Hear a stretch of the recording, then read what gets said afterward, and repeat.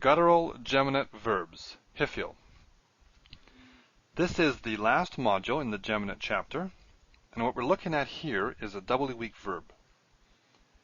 And it is a both geminate and guttural.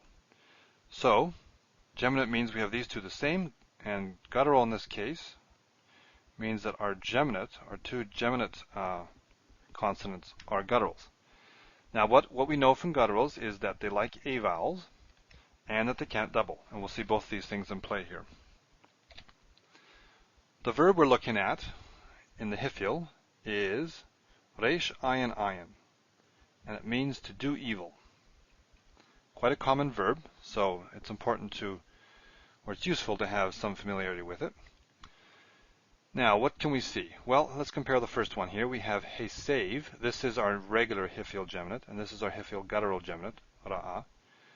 So we have hey save and hey ra. The prefix vowel is the same, so prefix vowel is the same all the way through here, no problem there. So comments down here or tsere up here. But the theme vowel has reduced. The theme vowel has become patach, and that's because of the ayin. So the ayin, being a guttural, likes the patach better, and so it changed it to a patach. What's actually going on phonetically, of course, is that it's easier to pronounce, to move from whatever this is to a guttural if you have an A vowel, because it's at the back of the throat, back of the mouth, which is the same place where you have, or where you pronounce these gutturals. I mean, that's what's going on. Okay, so it changes tsere. It's easier to pronounce it with a patach than a tsere, and so it changes to a patach. Now, what about down here? Why don't we have a patach here as well? We have the guttural, so why didn't we have a patach? What's going on here is that normally we would double this, right? We'd have a dagesh forte here.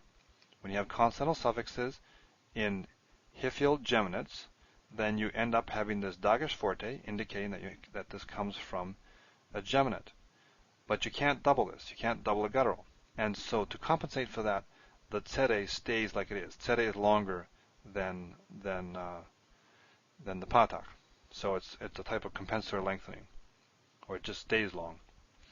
So, in short, wherever you have the suffixes, then you'll have tsere. And when you don't have the suffixes, then you'll have patach.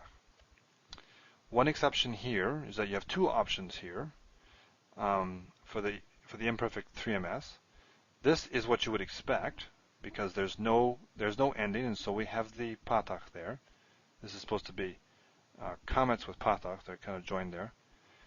And but this is also a possibility where you have comments, and that's supposed to be tsere there.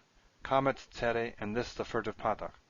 So either the ayin can change the tsere to be a patach, or a furtive patach can sneak in there, which is what you have here. But other than that, if you have an ending, then it's tsere. If you don't, then it's patach. And I think that's all I'm saying here. Guttural is the geminate is a guttural in this verb here. It means to do evil in the Hiphil. You can't double it. And the theme vowel is patach without verbal suffixes. So like here, no verbal suffix, so it's patach. No verbal suffix in this form, so it's patach.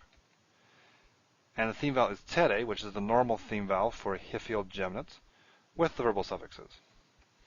So here you have verbal suffixes, and so we end up with tsere. Notice here, this reduced in the second person switch, it stays long here because you can't double. Okay, so that's just take a look, or that's a look at a particular verb, reish ayin ayin, to do evil, ra'a, which is quite common and behaves a little bit differently because it has two gutturals.